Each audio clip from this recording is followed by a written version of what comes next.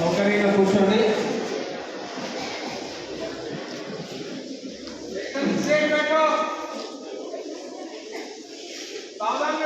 మీరు కూడా వెనకాలంలో కూర్చోండి.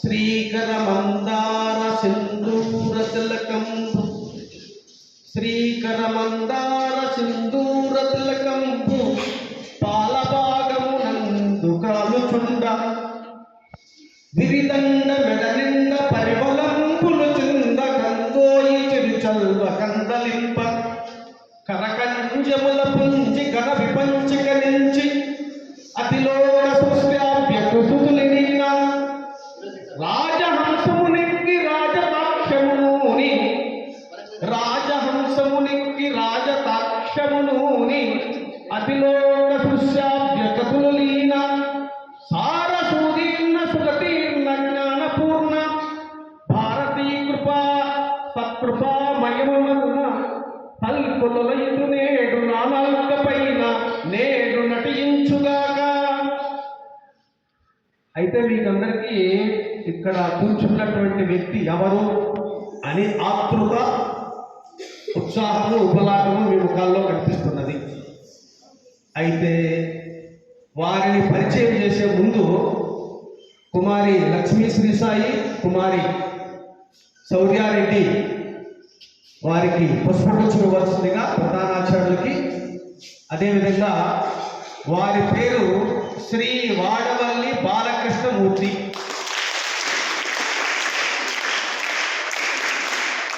ప్రధానాచార్యులు గారు కూడా పుష్పగుచ్చం ఇవ్వాల్సిందిగా కోరుతున్నాను.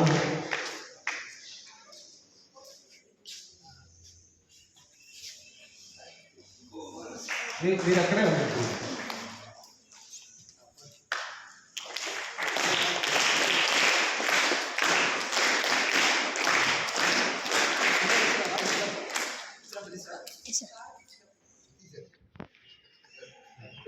ఇది ఇద్దరు చిన్నారులకి ధన్యవాదాలు పుష్పగుచ్చము సమర్పించున్నారు గారు.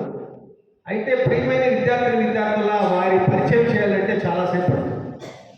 సంక్షిప్తంగా చెప్పేసి, ఎందుకంటే వారి మాటలు, వారి పలుకులు, వారి వాక్కు అమూల్యమైనది. మీకోసం ప్రధానాచార్యుని అనుమతితో వారిని చాలా రోజుల నుండి నాకు కొన్ని కోరికలు ఉంటాయి.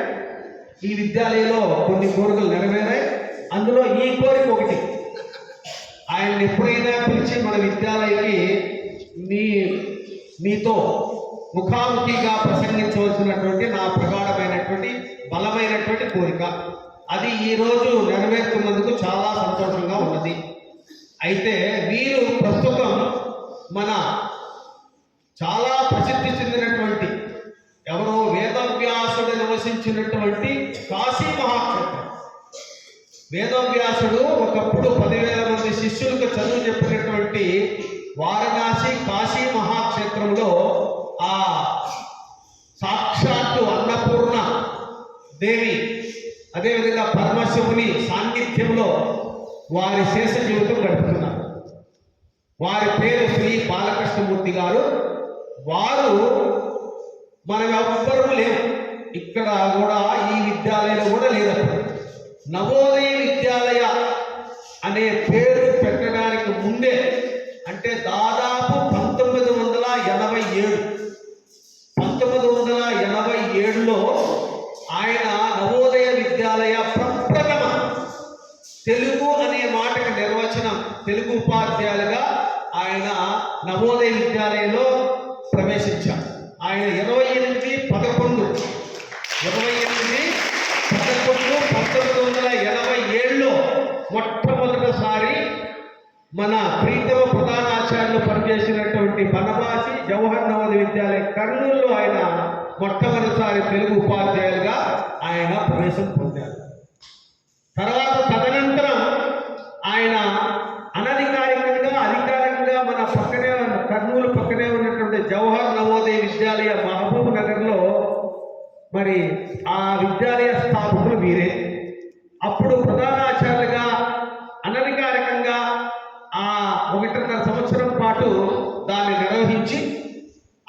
నుంచి అనేక పదవులు పొంది తర్వాత అనంతర కాలంలో ఆయనతో పనిచేసే భాగ్యం నాకు కలిగింది. మీరందరూ నన్ను గురువు గారు అంటారు, నేను ఆయన గురువు గారు అంటాను, అంతే, ఇంకేం లేదు. అంటే మేమిద్దరం ఒక దగ్గర సహ ఉపాధ్యాయులు అయినప్పటికీ పశ్చిమ గోదావరి జిల్లాలో 4 సంవత్సరాలు మేమిద్దరం పనిచేశాం. అప్పుడు అక్కడ అందరూ ముఖ్యంగా అక్కడ వాతావరణం వేరే. అయితే అక్కడ ఏమనేవాళ్ళంటే పిల్లలు నన్ను నడుస్తున్నటువంటి ఎన్సైక్లోపీడియా అనేవాళ్ళు. మొన్న కూడా మేము ఎదురు వెళ్ళాం. అల్యూమిని పూర్వ విద్యార్థుల సమావేశానికి వెళ్తే మా ఇద్దరు ఆహ్వానించినప్పుడు ఆయన ముందుగా ఆహ్వానించారు, తర్వాత నన్ను ఆహ్వానించారు. నన్ను నా గురించి ఏం చెప్తున్నానంటే ఎన్సైక్లోపీడియా, తర్వాత నడుస్తున్నటువంటి గ్రంథాలయము, తర్వాత మాటల మాంత్రికుడు, అదేవిధంగా మా పిల్లలంతా కూడా ఈ గౌరవాన్ని ఇచ్చారు. అయితే ఇది ఎందుకు చెప్తున్నానంటే ఇవన్నీ రావడానికి కారకులు వారే, అందుకు చెప్తున్నాను. ఇవన్నీ నాకు ఆ విద్యాలయంలో రావడానికి, ఇంకా విద్యాలయ దర్శకేంద్రం కూడా అంటారు అక్కడే.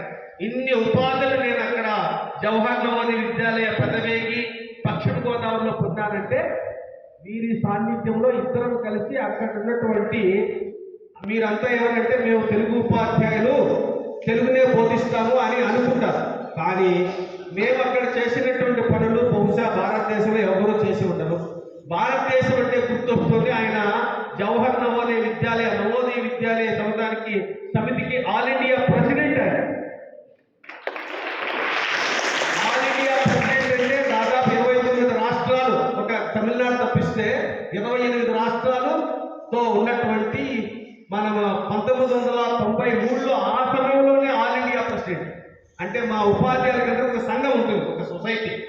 దానికి అఖిల భారతదేశానికి ఆయన అధ్యక్షుడిగా పనిచేశాడు. అంచెలంచెలుగా అదేవిధంగా ఇంకా పశ్చిమ గోదావరి చెప్తున్నాం కాబట్టి మేము పనిచేస్తున్నప్పుడు మేమిద్దరమే జేఎన్యూఎస్టీ, మేమిద్దరమే ఎగ్జామినేషన్, మేమిద్దరమే secretary, union secretary, staff secretary, అన్నీ మేమే, అసెంబ్లీ మేమే, అంతే. మొత్తం మీద ఆ స్కూల్ అంటే మా ఆధీనంలోనే ఉండేది. అందుకే ఈరోజు ఆయన చేసినటువంటి సేవల్ని గుర్తిస్తున్నాం. తర్వాత ముఖ్యంగా నాకు వారు చేసినటువంటి ప్రోత్సాహం ఏంటంటే ఆయన ఎప్పుడూ కూడా చిన్న తరగతులు తీసుకునేవాడు. నేను యువకుడు కాబట్టి నాకు పెద్ద తరగతులు ఇచ్చేవాడు. ముఖ్యంగా నేను 10వ తరగతి 9వ తరగతి, ఆయన 6వ తరగతి 7వ తరగతి 8వ తరగతి, ముగ్గురు ఉపాధ్యాయులు తెలుసుకునే వాళ్ళము. ఇంకొక మేడం కూడా ఉండేది, ఆమె కూడా వీళ్ళిద్దరూ చిన్న తరగతి, నేను యువకుడిని కాబట్టి నన్ను ప్రోత్సహించి చాలా భారతదేశంలో అత్యుత్తమ ఫలితాలు సాధించినటువంటి ఘనత మాకు అక్కడ దక్కింది. అదేవిధంగా తెలుగులో ఇంకా మేము చేసినటువంటి కార్యక్రమాలు తర్వాత అవన్నీ కూడా నేను చెప్పలేను, చాలా ఎక్కువగా ఉన్నాయి. అవన్నీ పక్కన పెడితే ఇంకా వ్యక్తిగతంగా ఆయన యొక్క విశేషం అంటే ఆయన ఉభయ భాషా ప్రవీణ. అంటే 2 భాషలు కాదు కదా, 4 భాషల్లో నిష్ణాతం కలిగినటువంటి ఏకధాటిగా, అంటే కమిషనర్ స్థాయి.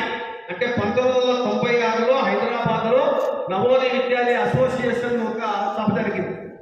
ఆ సభలో మేమిద్దరమే కమిషనర్ని ఎదుర్కొని అక్కడ మాట్లాడినటువంటి ఘనత వారిది. అప్పుడున్నటువంటి కమిషనర్ శ్రీ కోటియా గారు వచ్చారు ఆ సభకి.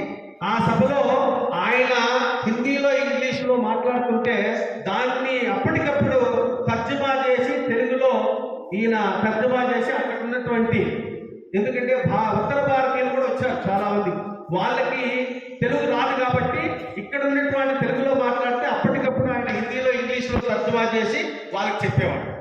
తర్వాత ఆయనతో కొన్ని నవోదయ విద్యాలయ మాకున్నటువంటి ఇవి చర్చించినటువంటి గ్రంథం ఆయన ధరది. అలా మేమిద్దరం కలిసి పనిచేశాం. ఇంకా వ్యక్తిగతంగా ఆయన MA PhD చేశారు, ఉభయ భాషా ప్రవేశం చేశారు. మొట్టమొదటిసారి 1972లో అంటే నేను 1వ తరగతి, అప్పుడు ఆయన ఉపాధ్యాయుడిగా ప్రవేశం పొందారు రాష్ట్ర ప్రభుత్వంలో. 1972 నుండి అంచెలంచెలుగా ఎప్పటి వరకు 1987 వరకు రాష్ట్ర ప్రభుత్వంలో పనిచేస్తూనే, తర్వాత మొట్టమొదటిసారిగా ఎప్పుడైతే నవోదయ విద్యాలయాల స్థాపన జరిగాయో అప్పుడు 1987లో ఆ రాష్ట్ర ప్రభుత్వం నుండి డిప్యుటేషన్ మీద నవోదయ విద్యాలయానికి వచ్చారు. 1989లో ఇక్కడ శాశ్వత ప్రాతిపదిక నుండి అప్పటి నుండి 34/2010 వరకు ఆయన నవోదయ విద్యాలయ సేవలు అందించి 34/2010లో పదవీ విరమణ పొందారు. చివరిగా నల్గొండ జిల్లాలో ఆయన పదవీ విరమణ పొందారు. దానికంటే ముందు ఆ ఢిల్లీకి దగ్గరగా ఉన్నటువంటి మహేంద్రగఢ్లో కూడా ఆయన సేవలు అందించారు. తర్వాత రచనాపరంగా ఇంకా వాగ్దాన పరంగా అది నేను చెప్పడం కంటే ఆయనే స్వతహాగా చూపిస్తారు.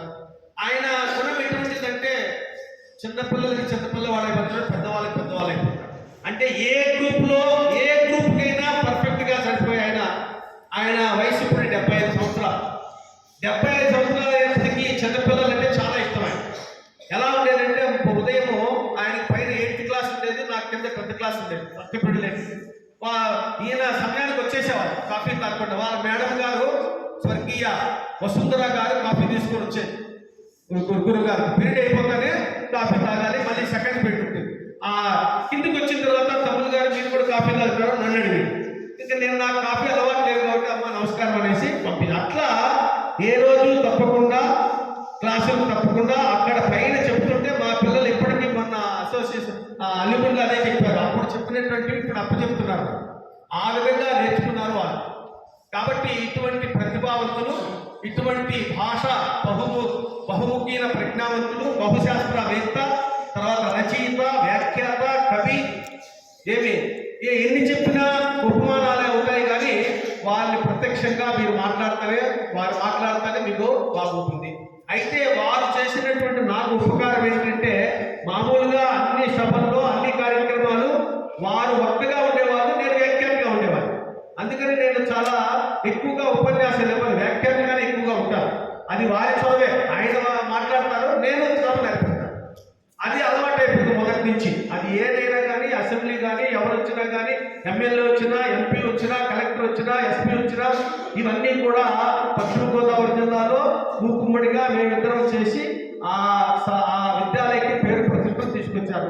తదనంతరంగా ఉద్యోగరీత్యా నేను వేరే ప్రదేశాలకు వెళ్ళిపోవడం, ఆయన వేరే ప్రదేశాలకు వెళ్ళడం ఇలా జరిగింది. ఈ మధ్య మొన్ననే పూర్వ విద్యార్థుల సమావేశంలో కలుసుకున్నాం. అప్పుడు నేను చెప్పలేదు ఈ విషయం ఇక్కడికి, కానీ నాకు పరమైనటువంటి కోరిక చెప్పాను కదా, దాంట్లో భాగంగానే ఈ రోజు ప్రత్యక్షంగా మీ ముందుకి వారిని ఆహ్వానించడం జరిగింది. ఇంకా సమయకాలం చేయకుండా వారిని మా విద్యార్థులకు గురువు గారు ముఖ్యంగా 2 విషయాలు, కాలం ఎటైనా పయనించని, కాలము ఎటువంటైనా పయనించని, సాంకేతికంగా ఆధునికంగా దేశం ఎటువైనా పయనించని,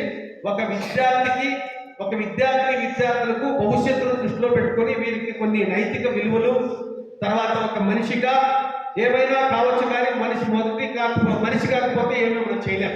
కాబట్టి దాన్ని మా పిల్లలకు చిన్న చిన్న పదాలతో వాళ్ళకి అర్థమయ్యే రీతిగా మీరు మాట్లాడవలసిందిగా. రెండో అంశం ఏంటంటే తెలుగు భాష మీద కొన్ని విషయాలు చెప్పవలసిందిగా.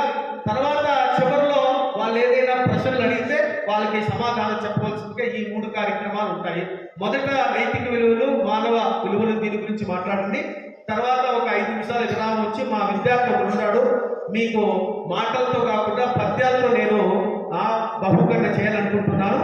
కాబట్టి ఇప్పుడు వారిని సాధారణంగా సవినయంగా వారిని ఈ సభను ఉద్దేశించి మాట్లాడవలసిందిగా కోరుచున్నాను. గురుగారు.